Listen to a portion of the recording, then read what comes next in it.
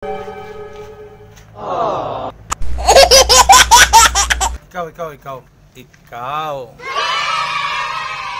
kung naminaw ka sa kuha karon,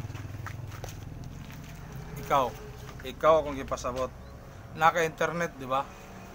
Then imong provider, sabi na mga P2Pier, then PLDT, Globe. Ikaw akong gipasabot. Dali, paminaw. Sa 10 Mbps nimong gigamit sa inyong balay, 10 Mbps. So ato pa ang 10 Mbps. So ikaw ako karong istoryahon. Ikaw. Oh no. Paminaw. Nganong lag man inyong 10 Mbps? Lag no. So ang answer ana, kung wala pa nag-subscribe sa ko ang YouTube channel, mag-subscribe na sa akong ubos sa akong YouTube channel. Then comment, like, pero i-click ang inyong bell notification pag kamo mag-subscribe, di ba?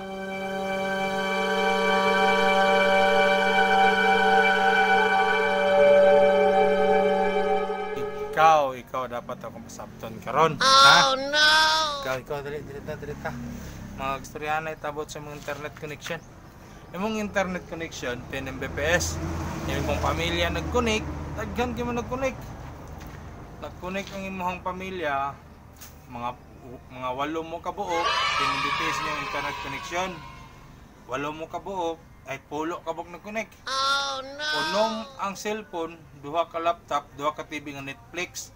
Karon, ang gusto nimo mahitabo, in-speed test nimo 10 Mbps lang gyapon. Grabe binuha. Lag no.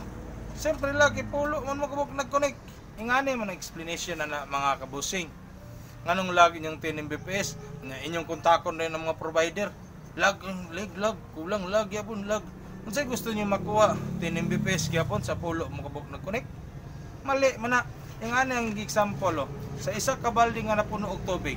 Be, isa ka balde butang 10 Mbps na. Kuha kag pitsel isa. Tubig ang sulod sa balde ngay na ang balde isa ka balde na puno man og tubig, kuha kag pitsel, kuha kag tubig sa balde, isa ka pitsel, bit ka.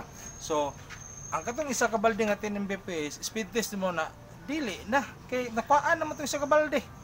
Pero kung pulo mo kabog nag-connect be na isa ka balde ninyo dire puno og tubig, pulo mo kabog magkuha mo pitsel, kuha mo sa isa ka balde nga nay tubig, ya pulo mo unsa yung una katong isa ka balde puno gyapon tubig?